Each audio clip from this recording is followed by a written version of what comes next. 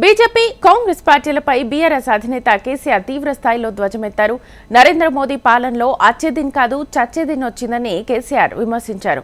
Nizamabad BRS MP అభ్యర్థి బాజిరెడ్డి గోవర్ధన్ కు మద్దతుగా కేసీఆర్ రోడ్ షోలో పాల్గొని ప్రసంగించారు. నిజామాబాద్ లో పోయినసారి బీజేపీ ఎంపీని గెలిపించారు. ఏమైనా లాభం జరిగిందా? గత 5 నెలలుగా కాంగ్రెస్ ప్రభుత్వం అరచేతిలో వైకుంఠం చూపిస్తోందన్నారు. కాంగ్రెస్ ఇచ్చిన హామీలో ఏ ఒక్కటి అమలు కాలేదని విరుచుకుపడ్డారు. కేసీఆర్ రోడ్ షో మొదలు పెట్టగానే రైతు బంధు వేస్తామంటున్నారు. కాంగ్రెస్ ఇచ్చిన హామీలు నెరవేరాలంటే బీఆర్ఎస్ గెలవాలని కేసీఆర్ అన్నారు. ఈ ప్రభుత్వం మెడలు వంచి ఇచ్చిన గ్యారంటీలన్నీ అమలు చేయించానంటే ఖచ్చితంగా బీఆర్ఎస్ గెలవాలి. బీఆర్ఎస్ కు శక్తి ఉంటేనే తెలంగాణకు శక్తి ఉంటుంది. మహిళలందరికీ 2500 వచ్చినాయా? వినబడతలేదు. మహిళలకు 2500 రాలే. నిజామాబాద్లోకి ఇచ్చిరట కదనా?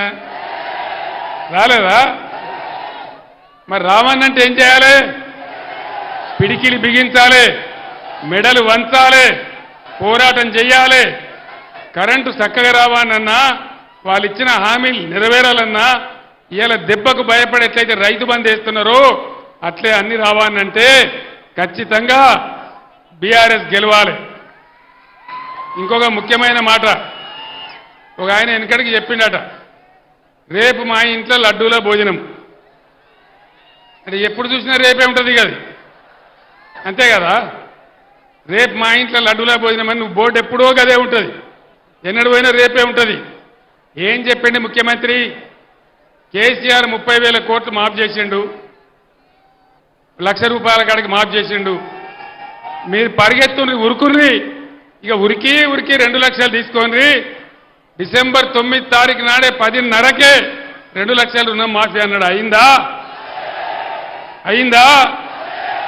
మరి యాడికి పోయినట్టు?